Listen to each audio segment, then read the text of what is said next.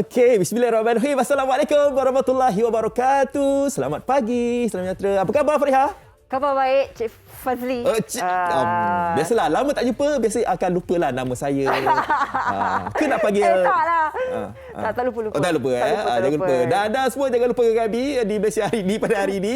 Dan hari ini ada pertemuan saya, Fazli Fuad dan juga Fariha. Kami doakan agar anda berada dalam keadaan baiklah, sihat sentiasa. Tidak kira di mana saja anda berada. Yang tengok kami dekat TV, di TV3 ataupun tengok kami dekat Facebook. Terima kasih diucapkan kepada anda. 3 November, pastinya kalau minggu ini, mana-mana negeri yang di fasa 4 kan dah adik-adik kita dari 1 dan 2 dan 3 tu dah naik kan minggu ni kan. Baru 2 hari sekolah, lepas tu hari ni cuti balik. Sebab esok kan Deepavali. Jadi ini pastinya 4 hingga minggu ni lah kan. Bermula esok.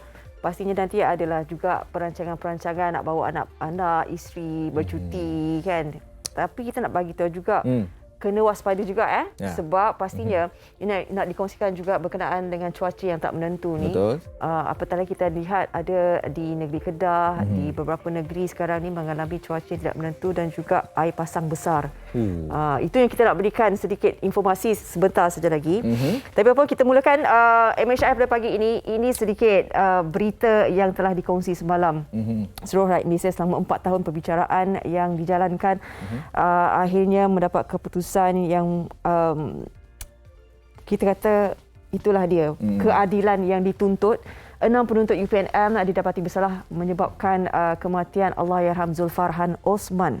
Dan seterusnya Mahkamah Tinggi Kuala Lumpur telah pun menjatuhkan hukuman penjara 18 tahun terhadap ke-6 penuntut di Universiti Pertahanan Nasional Malaysia itu selepas didapati bersalah kerana pada permulaannya mungkinlah mereka ini nak membuli sebenarnya kan. Tetapi apabila hakim dah pun membicarakan kes tersebut, yang adalah membunuh tanpa niat. Dan mengikut kata hakim semalam, kalau kita lihat daripada pembicaraannya, terdapat lebih daripada 90 kesan wap setrika ke atas tubuh arwah Zulfarhan Osman. Dan itu yang kita bawakan dalam Majlis Bersama hari ini.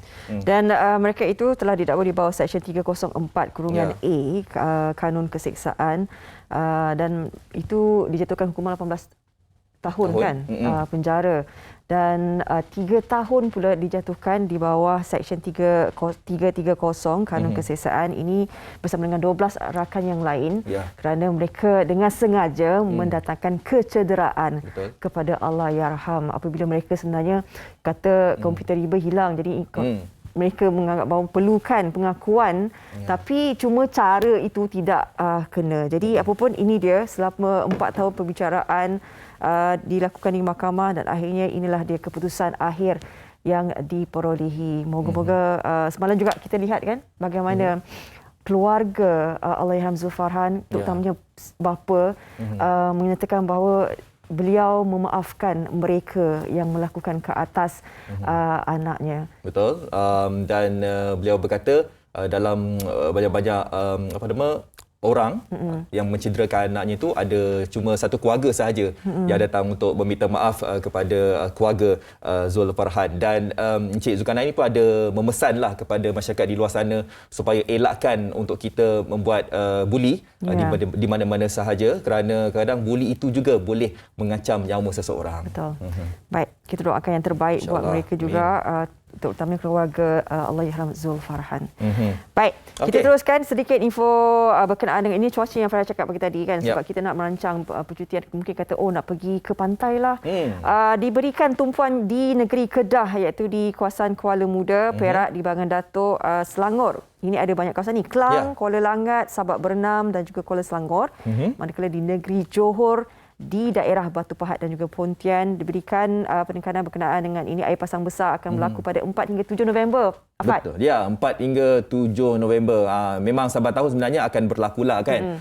Tapi ianya telah pun digariskan 4 hingga 7 November, dan pihak Moba pun ada memberikan pertolongan dan juga mereka beritahu tips lah andai kata kalau kita ni sebagai mangsa berada di tempat kejadian, dan diingatkan kepada PBT, JKR, Jabatan Pengayaran Dasar dan juga juga diharapkan dapat menyelenggaralah kembali sistem pemparitan. Sebab ianya juga boleh menyebabkan berlaku banjir kilat juga nanti kalau air pasang besar tu kan.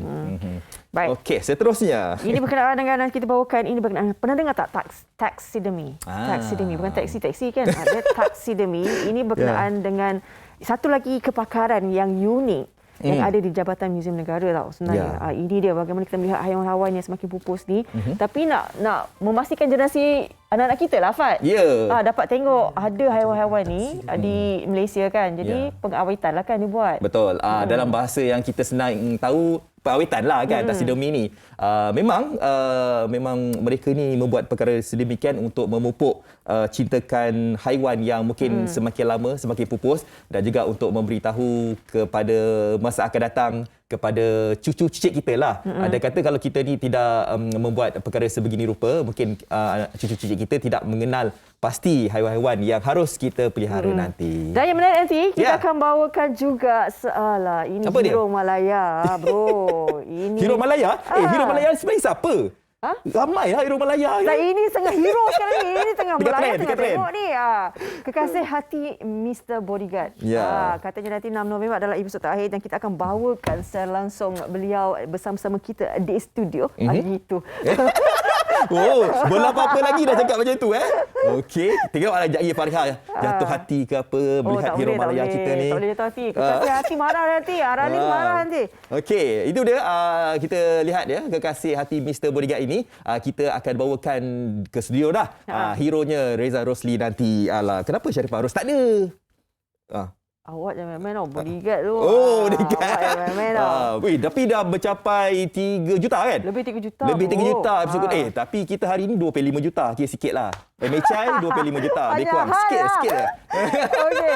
Kita nak kongsikan juga ini berkenaan dengan kisah tular. Bagaimana menggambarkan keluarga Malaysia.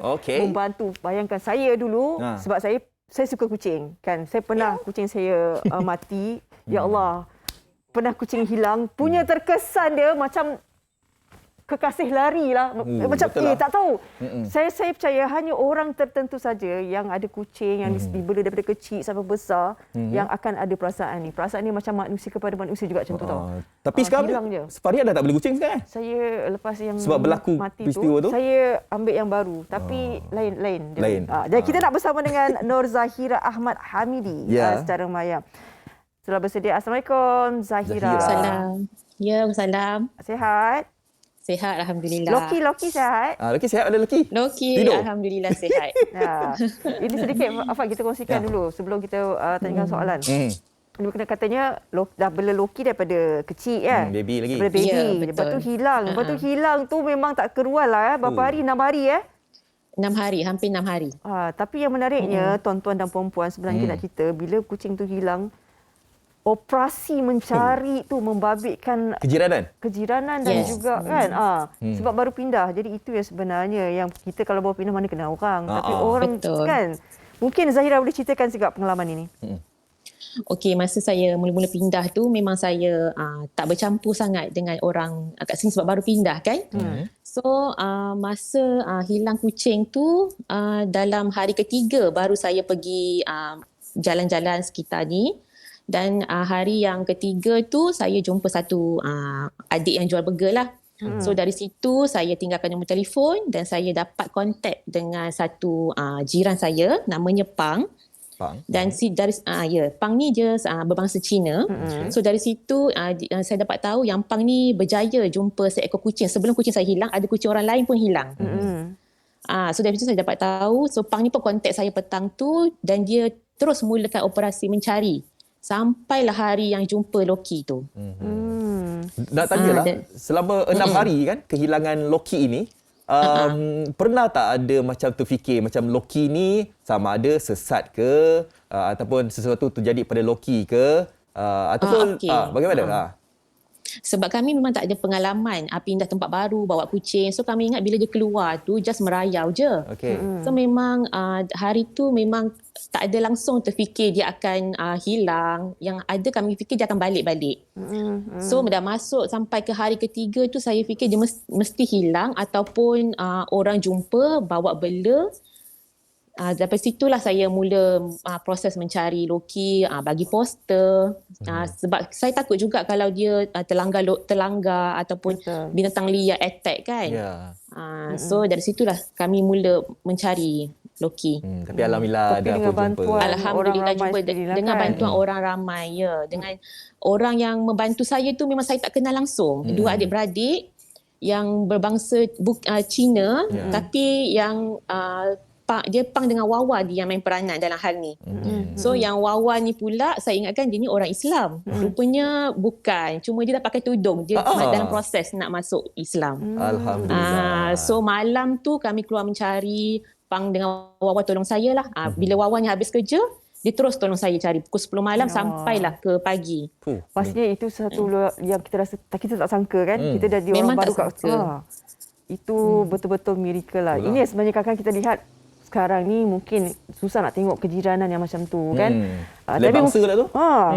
Zahira sini mungkin sedikit ucapan kepada mereka yang telah membantu Zahira untuk menemukan Ya, Loki. dan waktu kehilangan Loki tu memang cuaca masa tu memang tengah panas terik. So memang Pang memang stop cari dengan nak menaiki motor lah. So nak ucapkan terima kasih banyak-banyak dekat Pang dengan Wawa dan untuk mereka yang bagi kami ruang untuk tampal poster Loki dekat stesen minyak. Semua tu saya minta memang terima kasih banyak-banyak.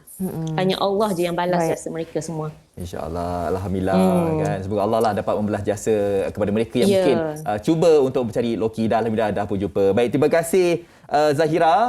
Jaga Loki baik-baik. Jangan bagi dia jalan-jalan. Kadang-kadang kucing tempat baru biasalah. Mana Loki? Loki tunjuk sikit Loki.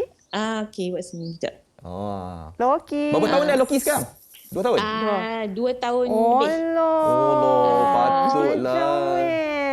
Loki dah makan pagi, dah sarapan. Miau. Dah pagi-pagi dah sarapan. Kasar benar. Miau. Jantan. Loki betina jantan? Actually dia ni betina tapi tak tahu macam mana Tomboy. letak nama Loki. Okey. Terima kasih Zahira.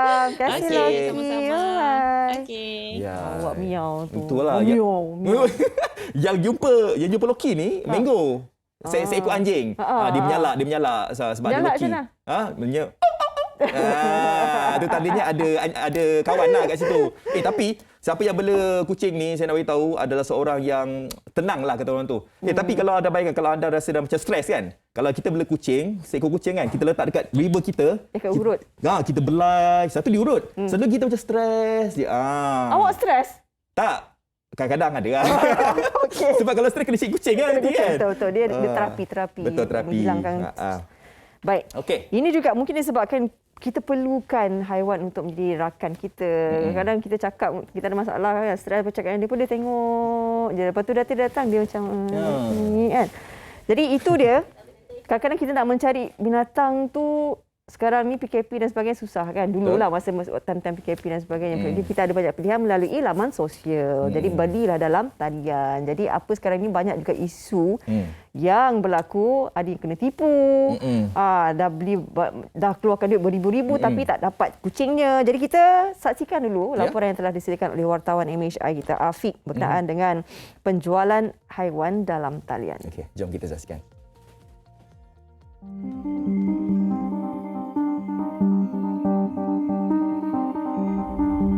Kegiatan pemerdagangan haiwan bukanlah isu baharu yang berlaku dalam kalangan masyarakat.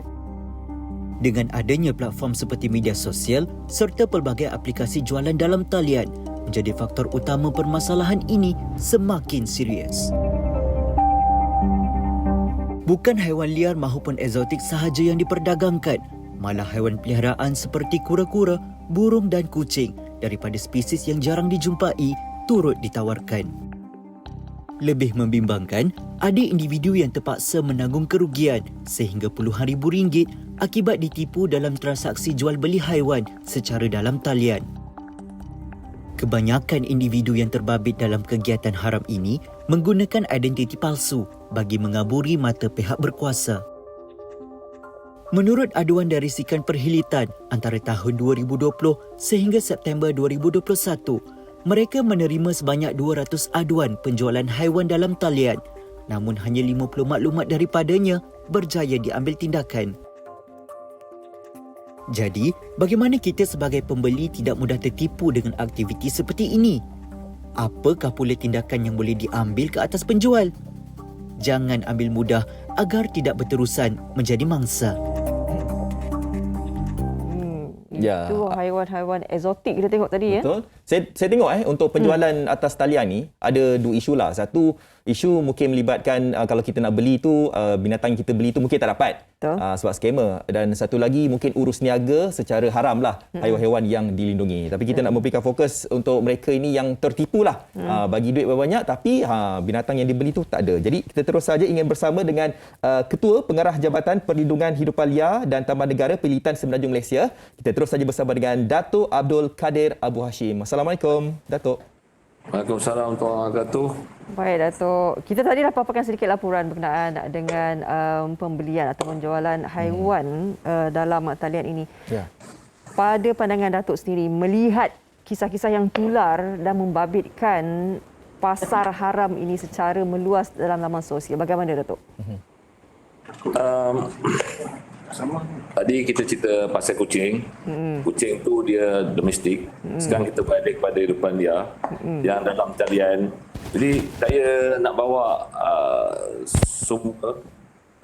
Sebenarnya kita di Jabatan Pilitan ni kita mula kesan pasal penjualan atas talian ni seawal tahun 2013. Dan kita tengok trend ni semakin meningkatlah apabila musim PKP ni. Ialah sebab atas talian ni mudah dan risiko rendah, modal kewangan kurang, untung tinggi. Jadi kalau kita tengok aktiviti penjualan haiwan liar ni bukan hanya berlaku di aplikasi sosial seperti Facebook ke, Instagram ke, TikTok ke, tapi dia secara mula di dalam medium internet yang lain-lain lah, seperti di aplikasi chat dalam web e-perdagangan. Cuma saya nak beritahu sini, bila kita start tahun 2013 sehinggalah bulan lepas tahun 2021 ni, bulan September ni, kita dapati ada lebih kurang 50 lebih yang promote illegal wildlife ni dalam media sosial ni. Pembeli dia ada lebih daripada 100,000, ada lebih daripada 100 spesies yang dijual. Dan kebanyakannya 70% adalah illegal lah, yang haram lah. Dan lebih pada 50% datang daripada habitat asal, daripada wild ya. Dan kalau kita tengok, kita sini kita tengok satu hari ada lebih kurang 30 dia punya advertisement, dan promoter dia ada lebih kurang lebih pada 100 orang. Banyak yang kena tipu sebab kadang-kadang barang pun tak ada. Kadang-kadang satu binatang, satu spesies tu yang nak promote jual tu lebih pada 10-20 orang, tapi binatang sama aja. So ramai yang kena tipu. Jadi tapi bagi Jabatan Pilitan kita harap pada yang di luar sana tidaklah terlibat dalam benda-benda yang macam ni lah, sebab yalah, kita kena jaga khazanah kita lah, itu je lah. Betul. Selain daripada kita sendirilah yang perlu tahu untuk berurusan dengan siapa kan. Dan kita nak tahulah mungkin daripada Jabatan Pilitan sendiri mungkin apakah mungkin ada tanggungjawab ke kan dalam pada kita nak memantau dalam penjualan-penjualan secara dalam talian ini, Datuk? Kita di Jabatan Pilitan ni, kita ada tubuhkan satu unit dipanggil Intelligence and Tactical Center for Wildlife Crime ni, iaitu Pusat Persikan dan Taktikal Anti Jenayah Haiwan Liar ni, yang mana benda ni dia bertujuan untuk mengumpul, kita menganalisa, kita menyelaras maklumat, dan kita koordinatlah operasi penguasaan yang berasaskan maklumat persikan, iaitu Intelligence dan Enforcement. Dan kita dah mula benda ni sejak tahun 2013, dan unit ini bertanggungjawab terhadap persikan menggunakan teknologi cyber lah, yang juga merupakan sokongan kepada unit persikan di Jabatan Pilitan. Jadi tujuan dia ialah untuk pemantauan dan pengumpulan maklumat aktiviti penjualan dan pemilikan haram di atas talian. Jadi selain daripada itu juga, kita di Pilitan juga kita ada juga menambah sistem teknologi kita di section Intek ni. Unit Intek ni seiring dengan kemajuan teknologi masa kini ya.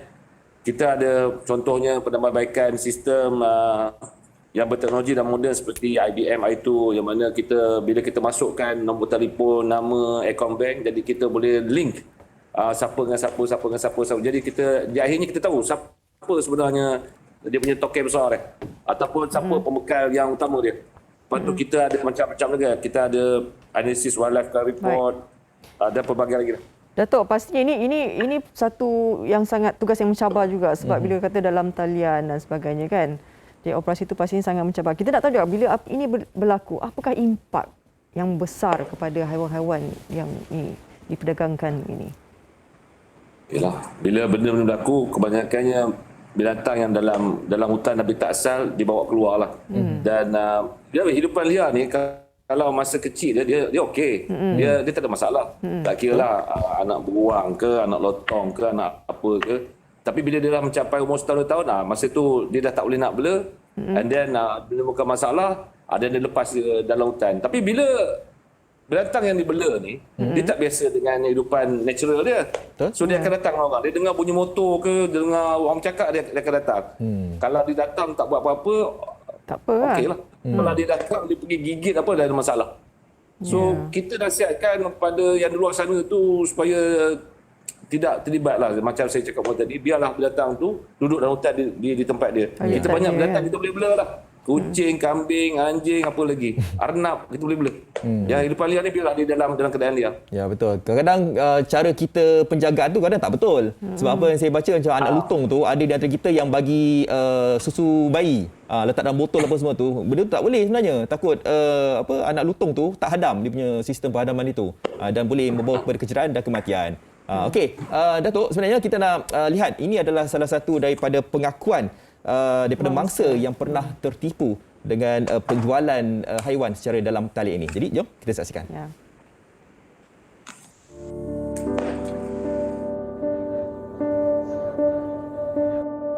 Memilih untuk membeli haiwan peliharaan hanya melalui dalam talian, Roslan Jamin 32 tahun antara pencinta kucing yang sanggup berbelanja besar selain mahu memiliki haiwan kesayangannya itu dengan kadar segera.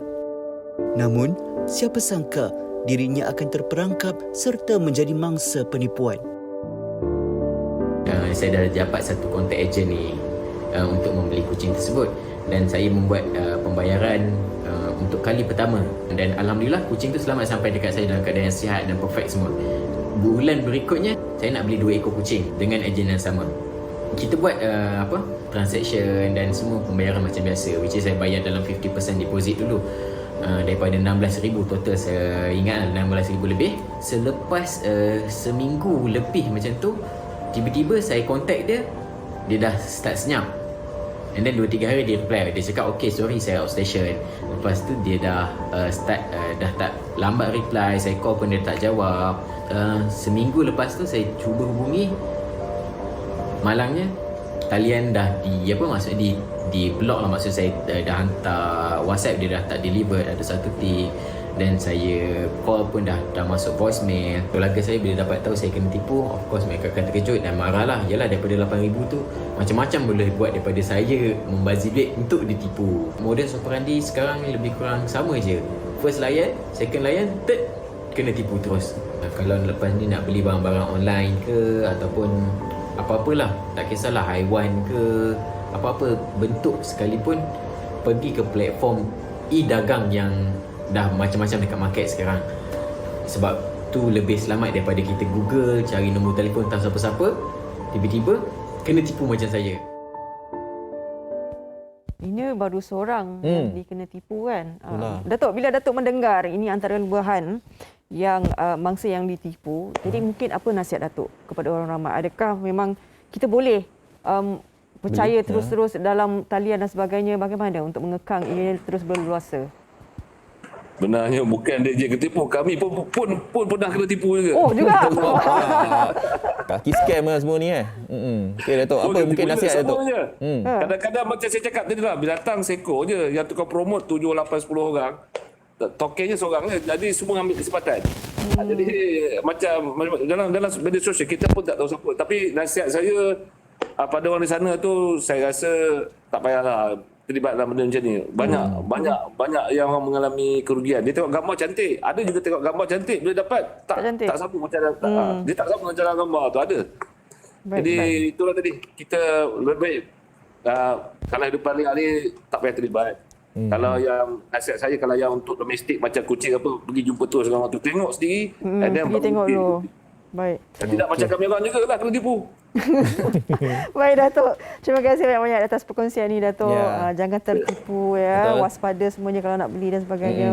Tengok betul-betul buat research. Okey, itu dia Datuk Abdul Kadir Abu Hashim, Ketua Pengarah Jabatan Perlindungan Hidupan Liar dan Taman Negara. Ya, okey, baik. Terima kasih Datuk. Assalamualaikum. Baik. Okey, dari awal tadi kita dah bercakap tentang taksidemi kan, pengawetan ni. Okey, jom kita lihat ini satu bikisan menarik ni untuk kita lihat taksidemi haiwan. Okey, jom kita saksikan.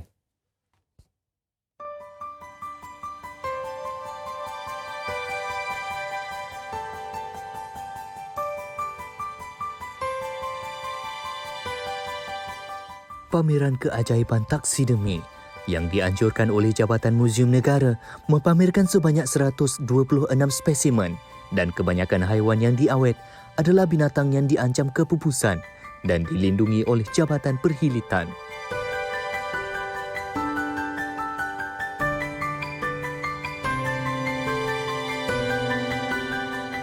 Fokus utama pameran ini adalah untuk menunjukkan kepada para pengunjung tentang keunikan hasil-hasil taksidemi yang pernah dihasilkan oleh ahli-ahli taksidemi di Muzium Negara sejak tahun 1963 sehinggalah ke masa kini. Dan antara koleksi-koleksi yang dipaparkan adalah sebanyak 126 spesimen yang telah diawet dan dipamerkan dalam pameran ini. Kebanyakan daripadanya adalah haiwan-haiwan yang telah diancam kepupusan dan juga dilindungi sepenuhnya oleh Jabatan Perhilitan Negara.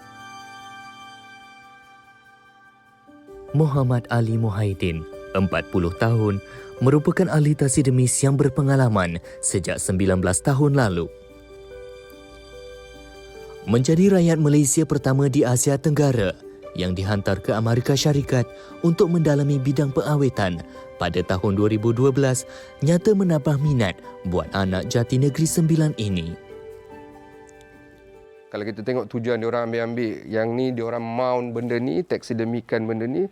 So untuk tujuan penyelidikan, tujuan dipamerkan.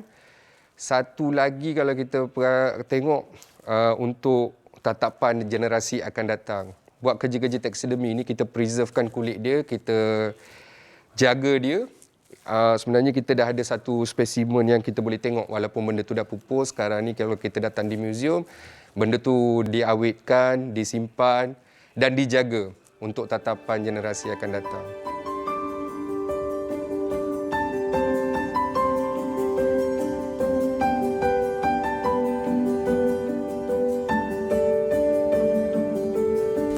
Jerami yang dicarik dan diikat akan digantikan ke dalam badan spesimen untuk membentuk postur badan haiwan berkenaan.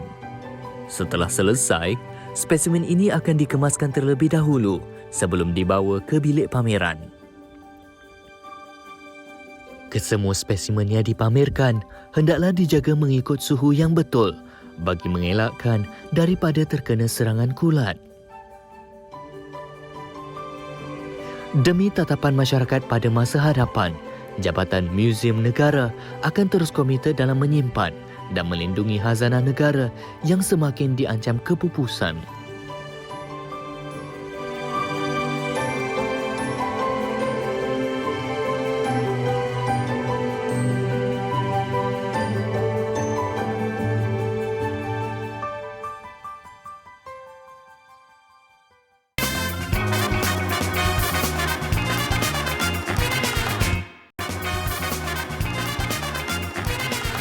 Terima kasih kepada anda semua yang masih lagi bersama kami pastinya di Malaysia hari ini. Okey, Faria, saya nak tanya Faria. Sila. Faria suka tengok teater? Belum tanya dia. Apa yang saya tanya? Oh, suka. Suka. Okey, suka tengok teater tak? Suka, saya suka teater. Okey, teater ni kadang dia ada macam-macam. Ada yang teater moden, teater bangsawan. Okey, macam mana? Pilih yang mana? Saya setakat ini pengalaman saya baru tengok teater yang moden lah. Bangsawan ni belum lagi. Sebab saya tak berkesempatan lagi. Tapi teater bangsawan ni best. Seronok sebab dia ada pelbagai unsur. Ada tarian, ada nyanyian, ada juga bahasa-bahasa yang dia cakap tu. Pementasan tu. Lama dan sebagainya. Baik, kita nak teruskan berkenaan dengan ini pementasan teater bangsawan Tahta Berdarah. Wow. Betul. Alah, tak dapat tengok. Kita nak bersama dengan para tamu secara maya. Ini dia, kita bersama dengan Puan Farah Mardi Aman, pengarah English Language Teaching Center, Kementerian Pendidikan Malaysia. Assalamualaikum, selamat pagi Puan. Waalaikumsalam warahmatullahi. Selamat pagi. Selamat pagi. Dan juga kita ada tetamu yang lain di atas. Dua hero. Dua hero. Heroin. Kena konsep dia lah. Heroin apa tu heronya? Heronya Cik Hasbizal Hisham Abdul-Rahman, guru Kolej Vocasional Gombak, pengurus produksi. Dan juga kita bersama dengan Tuan Haji Yahya Syafi, pengarah Kolej Vocasional Gombak. Assalamualaikum kedua-dua hero. Selamat pagi. Waalaikumsalam. Alhamdulillah. Okey, berkenaan dengan pementasan ni Puan Farah, kita nak tanya dulu Puan Farah. Boleh terangkan terlebih dahulu lah berkenaan dengan latar belakang pementasan teater ni, sebab kita ni ada daripada English Language Teaching Center dan juga gabungan dengan Institusi Pendidikan Guru Malaysia IPGM kan. Jadi bagaimana? Okey. Jadi Kementerian Pendidikan Malaysia dan Kementerian Pelancongan Seni Budaya Malaysia akan mempersembahkan teater bangsawan yang dianjurkan oleh Institut Pendidikan Guru Malaysia ataupun nama singkatannya IPGM bersama-sama dengan English Language Teaching Center ataupun ELTC serta bahagian-bahagian di kementerian bersempena dekad Bahasa Kebangsaan Sektor Pendidikan 2021 Kementerian Pendidikan Malaysia. Jadi di kesempatan ini Fariha, kami ingin mengucapkan setinggi-tinggi penghargaan dan terima kasih kepada Kolej Vocasional Gombak ataupun KVG dan rakan strategiknya yang telah bertumpus lumus dan bersungguh-sungguh dalam menyediakan pementasan ini. Jadi setinggi penghargaan juga Fariha dan Fazli. Dan ucapan terima kasih dan penghargaan kepada Dewan Bahasa dan Pustaka DBP yang telah sudi membenarkan kami menggunakan auditorium mereka di Kuala Lumpur untuk mementaskan teater bangsawan ini. Kami juga ingin mengucapkan terima kasih dan setinggi penghargaan kepada pihak Kementerian Pelancongan Seni Budaya Malaysia atas usaha menjayakan pementasan ini juga. Dan tidak lupa juga kepada barisan rakan-rakan di bahagian-bahagian di Kementerian Pendidikan Malaysia yang sudi membantu kami dalam menjayakan pementasan ini. Ya, insyaAllah. Tarikh pementasan 4 hingga 7 November. Kalau pagi tadi kita cakap 4 hingga 7 November tu fenomena air pasang besar. Tapi ini satu acara yang harus kita lihat juga, pementasan teater nanti, Tahta Berdarah nanti. Okey, kita nak tanya kepada pengurus produksi lah. Besok kan 4 hari bulan tu. Jadi bagaimana persediaan sekarang ini dengan tenaga teknikal, kru produksi, bagaimana perkembangan sekarang ini? Alhamdulillah. Assalamualaikum warahmatullahi Waalaikumsalam, wabarakatuh semua. Okey, baik, terima kasih. Okey. Dari segi persediaan, sebenarnya persediaan ni kita dah bermula setelah pelajar masuk ke Kolej Vocasional Gombak pada 4 Oktober 2021, yang mana sebaik saja kita menerima lantikan sebagai operator pementasan teater pada kali ini. Kita telah buat memerancang beberapa perkara bagi menjayakan pementasan ini. Umpamanya kita kena pasti kumpulan teater yang boleh kita lantik untuk menjadi rakan strategik kita lah. Setelah kita pilih pelakon, penari dan sebagainya, kita terus mulakan latihan di Dewan Besar Kolej Vocasional Gombak. Tuan Haji Yahya sebagai ni kata leader lah ni kan. Orang kuat juga lah ni. Orang kuat juga ni. Berlakon sekali ke? Dah tanya berlakon sekali ke? Berlakon sekali ke? Ada ke watak Tuan Haji nanti? watak belakang tabir. Bila watak belakang tabir ni lagi penting Tuan Haji. Jadi bagaimana setakat ini melihat gerak kerja yang dilakukan untuk pementasan kan? Mungkin latihan-latihan sebelum ini dan esok dah nak dipentaskan. Betul? Jadi bagaimana? Jadi bismillahirrahmanirrahim. Assalamualaikum warahmatullahi wabarakatuh. Alhamdulillah segala persiapan telah pun dilakukan dengan sebaiknya. Yang mana persiapan ini kita lakukan mulai pada bulan Ogos lagi secara online latihan tu. Secara online kemudian apabila pelajar masuk bersemuka, mana pada bulan Oktober, 1 Oktober, kemudian latihan itu dilakukan secara bersemuka lah. Dan dalam penglibatan pementasan teater ini kita melibatkan lebih kurang 120 orang yang terlibat dengan produksi ini. Di mana 47 orang daripada mereka ini adalah sebagai pelakon dan juga penari, 9 orang pemuzik, 16 orang sebagai pembantu pentas, 12 orang guru sebagai tenaga produksi serta dibantu oleh 36 orang pegawai dan ahli pertubuhan teater sebagai tenaga produksi dan persembahan ekstra tun. Kami juga telah dibantu. Kami juga telah dibantu dan diperhebatkan oleh beberapa pertubuhan teater, agensi kerajaan dan orang perseorangan.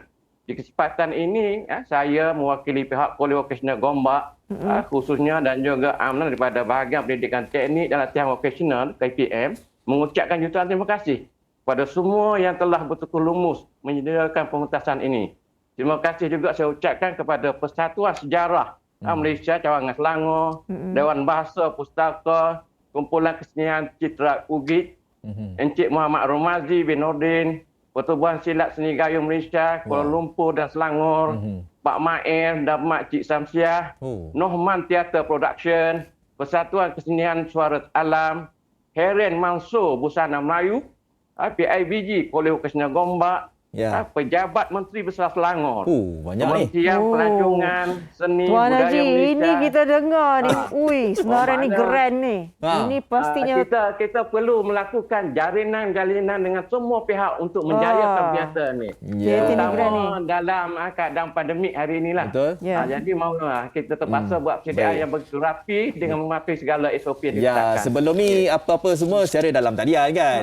Tapi ini kali ni secara fizikal yang seronok tu. Okey, Puan Farah nak tahulah kan dalam banyak aktiviti dalam dekad bahasa kebahasaan sektor pendidikan 2021 ini, kenapa teater yang dipilih dan teater yang dipilih ini adalah teater bangsawan. Kenapa memilih teater bangsawan tu? Jadi teater bangsawan ni Fazli merupakan salah satu teater tradisional Malaysia sebenarnya. Jadi bagi kami ia sangat unik kerana ia menggabung jalinkan unsur-unsur seni di dalam satu persembahan. Iaitu lakonan, nyanyian, kita akan nampak satu tarian, persilatan, dan juga seni berbahasa itu sendiri. Jadi ini sangat berbeza dengan teater, pementasan teater moden sebenarnya. Maknanya semua elemen kat situ. Dia kata ada tarian, banyak elemen tu kan. Seninya, bahasanya. Cikgu. Cikgu. Saya nak tanya ni, apa yang cabaran ni? Ini sebab semua elemen nak masuk. Kan? Dan inilah dia, saya rasa ini antara platform menyampaikan ilmu juga.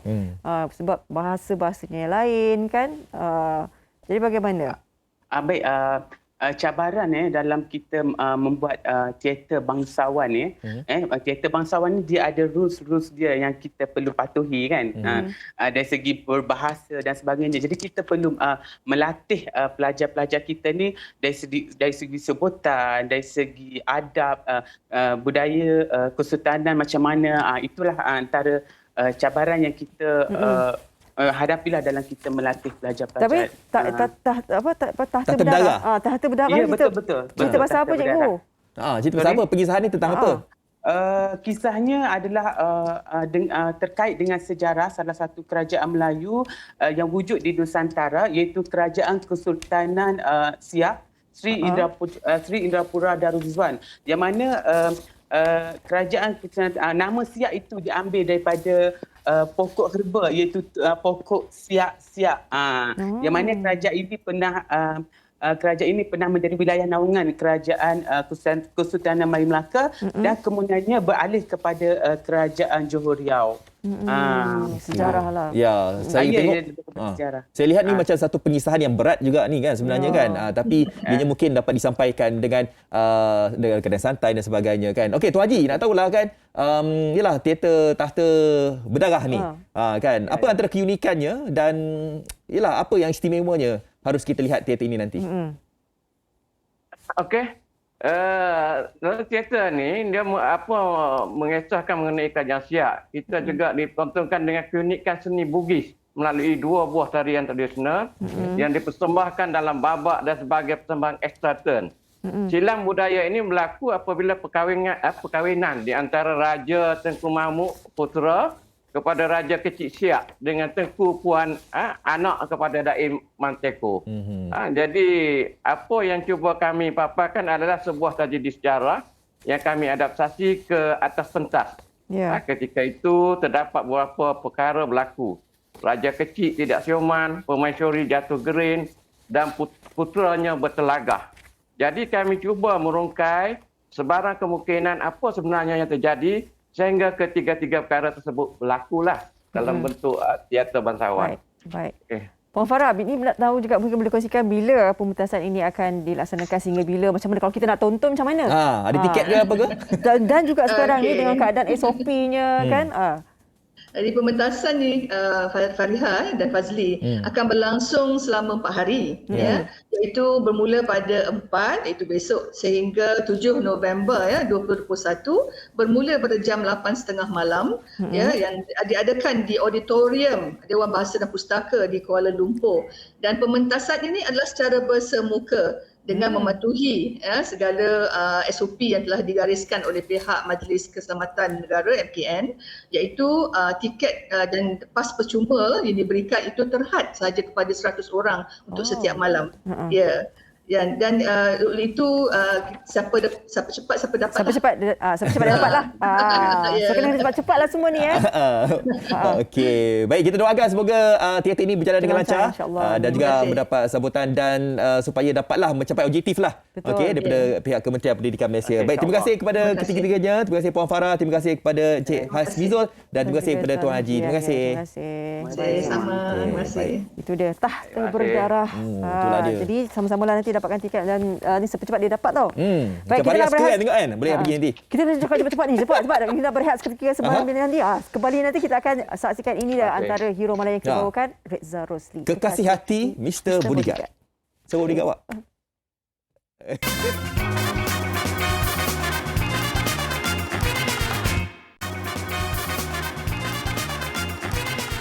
Silakan, kekasih hati Mr. Bodyguard. Oh, saya hari ini beruntung. Saya ada 2 orang bodyguard. Sebelum ni dia adakan saya je. Tapi dia ada bodyguard baru hari ni kan. Kita kenalkan Reza Rosli. Reza Rosli. Tengok sampai. Terima kasih bersama kami. Terima kasih. Dah silent phone belum? Dah silent? Tak silent minat call ke jadi? Silent. Kekasih hati dah ni dah bagi. Nampak tak? Nampak tak kita sikit-sikit. Ini lain macam ni sebab ramai yang meminta dah habis nak lagi kan. Ya betul. Ini bukan calang-calang drama ni. Tapi kalau tengok novel dia novel kan? Dia daripada adaptasi novel. Okey. Kasih hati Mr. Bodyguard ni. Jadi kalau ikutkan Reza dah syuting, adakah dah habis dah satu novel tu ke atau ada lagi? Novel tu biasa kalau kita syuting adaptasi novel ni ke TV ni, drama ni biasa dia sampai episod 1 sampai 15, kadang sampai 18. Yang overall lebih tu idea asal scriptwriter atau inilah idea sendiri lah diorang punya scriptwriter punya sendiri. Baik. Tak tahulah lagi, mungkin ada lagi lah kot depan ni. Doakanlah ada lagi. InsyaAllah. Bila Reza dan juga Syaifah Ros menjadi tunggak utama dalam drama ni kan. Betul dapat permintaan nak lagi, peminat-peminat ni nak lagi tak puas. Bagaimana bila berada menjadi tunggak utama dan ada respon yang sangat bagus. Dan bagaimana rasanya, macam sangat mencabar ke, tanggungjawab yang besar kan? Kalau ada orang nak lagi.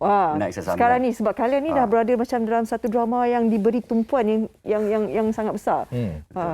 Dia kalau macam orang cakap banyak peminat-peminat yang mengikuti drama Kekasih Hati Mr. Bodyguard ni, dia orang minta lagi sebenarnya, tambah lagi apa benda. Kalau dia minta tambah lagi tu semestinya cabaran yang sangat berat, besar sebab orang dah expect benda ni dah best. Kalau drama ni ada yang mengikuti ni dah follow, tapi bila kalau orang nak ada lagi tu kita kena idea yang lebih lagi supaya kita pun boleh bagi lebih lagi as a pelakon.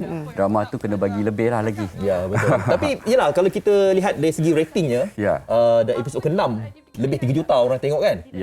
Rasa-rasa Reza lah kan, antara yalah ramai-ramai yang tengok ni, apa yang mereka katakan drama ini? Apa yang bestnya? Jalan cerita ke ataupun pemilihan pelakon yang tepat ke atau bagaimana Reza? Pada saya sebenarnya semua teamwork semua yang melibatkan pengembaraan drama yang menjayakan drama Kekasih Hati Mr. Bodyguard ni sebenarnya satu lagi sebab orang nak tengok mungkin gandingan baru. Gandingan baru saya pun pertama kali, sebelum ni saya pun selalu dapat hero-heroin yang dah established. Ini antara cabaran juga saya. Pengalaman untuk saya juga berlakon dengan Sharifah Ros, which is orang baru dalam industri. So sama-samalah kita work untuk build the chemistry, karakter masing-masing. Kalau jalan cerita tu, kalau skrip tu macam orang kata skrip tu dia bersahaja. Tapi saya dengan Sharifah Ros akan pastikan kita orang akan buatkan setiap scene tu akan menjadi luar biasa. More lagi kita akan bagi lagi untuk sampai di hati penonton. Beruntung tak berlakon dengan Reza ni. Allah jangan. Sekarang ni awak jealous Sharifah Ros berlakon dengan Reza ke awak jealous Reza berlakon dengan Season, Sharifah? kalau ada season 3, kreatif sikit boleh ambil dia. Itulah lah. Supporting pun jadilah. Tapi minggu ni minggu akhir kan? Nanti 6 November Ya, ini minggu terakhir. Kita tinggal lagi baki sebanyak 4 episod lagi. Malam ni pukul 9 akan menjadi episod 30. Dan Khamis, besok Jumaat, Sabtu. So final episode on 6 November, episod 33. Saya kalau boleh bagi tease sikit tak? Kalau macam dia happy ending ke, dia menangis ke? Ini biasa ni, tak boleh. Tak boleh, Saya tak boleh bagi tahu sebab apa? Bila kita bagi tahu sikit hint tu, orang boleh tangkap ni apa jadi, apa jadi. Ataupun dia tergantung ke? Tergantung tak ada. Ada lagi nanti. Saya boleh bagi tahu dia tak tergantung. Itu hint dia. InsyaAllah. Reza, kadang kalau kita lihat khususnya macam drama Melayu ni, adalah macam ada segelintir daripada peminat drama Melayu ni kata macam drama Melayu ni tak berapa seronok sangat. Macam tak best lah macam siapa cakap? Maksudnya macam kita dah boleh agak. Klise lah. Tapi kalau kita lihat dalam drama ini ada perbezaan, banyak perbezaan ketara kan. Okey, dan mungkin ada di antara penonton yang macam mungkin belum lagi lihat drama ini, Kekasih Hati Mr. Bodyguard. Mereka nak tahulah ada apa mungkin unsur-unsur pengajaran ke apa yang boleh kita pelajari. Ada kata kalau kita lihat dalam drama ni. Macam pengalaman saya sepanjang saya syuting drama ni, apa yang saya nampak moral value dia, kita jangan percayalah walaupun orang tu lebih dekat rapat dengan kita pun, jangan kita terlalu percaya pun. Dalam kehidupan kita ni, end up apa-apa masalah, segala masalah boleh kita berkongsi. Tapi sepenuhnya biarlah kita simpan sendiri sebab kita yang tahu. End up segala masalah yang kita ada, yang kita lalui sebagai manusia, kita yang akan solvekan sendiri. Kita yang akan berdepan sendiri. Walaupun kekasih hati. Walaupun dengan kekasih hati. Nak gorek ke tu? Cuba. Saya dah lali dah. Okey, mungkin hari ini Reza, minggu terakhir, episod terakhir 6 November kepada peminat. Kenapa kita mesti tengok ni? Jangan miss 6 November tu, tengok je TV3. Okey. Kepada semua pengikut peminat-peminat drama Kekasih Hati Mr. Bodyguard, peminat saya Reza Rosli ataupun Sharifah Ros dan semua yang terlibat dalam drama Kekasih Hati Mr. Bodyguard. Ini minggu terakhir, saya nak ucap terima kasih kepada semua. Teruskan support drama saya. Kepada yang tertinggal episod-episod sebelum ni, korang boleh tengok di Disney Plus Hotstar. Episod-episod sebelumnya dia akan tengok situ macam-macam. Semalam pun dia kata trending nombor 1 Betul. Betul. Ada yang mungkin tertinggal atau yang tak pernah tengok MHI rasa macam nak tengok kan. Boleh tengok juga nanti. Apa pun itu semua rezeki Allah. Semua nak menjadikan drama semua. Kita semua apa yang penting, saya selalu ingat macam Abang Syana semua nasihat saya. Apa benda yang kita buat, sesuatu yang kita rasa macam tak best pun, kita akan best bila kita ikhlas. Yes, inilah dia yang juru Malaya kita cari. Terima kasih Hadif Akasyah. Baik, kita nak berehat seketika. Kembali nanti kita ada sikit lagi nak kita kongsikan berkenaan dengan pengisian MHI ini. Jumpa sebelah sini. Bye. Okay, terima kasih Reza. Bye, thank you.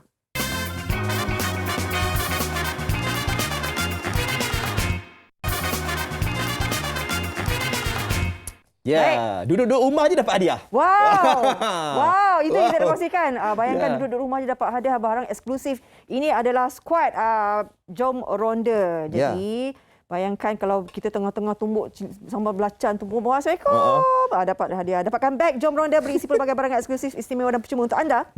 Dan tikanlah kru Jom Ronda di rumah dengan membawa keriangan untuk seisi keluarga. Betul. Anda boleh ikuti Facebook dan juga Instagram Jom Heboh Official untuk mengetahui info dengan lebih lanjut lagi lah berkaitan dengan Jom Ronda ini. Okey, dan Jom Ronda ini menyokong imuniti, pertumbuhan dan perkembangan kanak-kanak dikuasakan oleh Scotts Gummies dengan DHA kini dengan pelbagai jenis gummies yang menarik. Baiklah, kita dah berada di punya mana, tengok edit credit pun dah roll. Jadi esok siapa yang menyambut Deepavali, jaga diri ya. Saya ingat nak cakap besok sambut Deepavali, jangan lupa anda Yanel Kuliel. Boleh juga tu. Yanel Kuliel tu mandi minyak berjan. Boleh cuba nanti. Baik, jaga diri semua rakyat Malaysia. Selamat Deepavali. Bye-bye.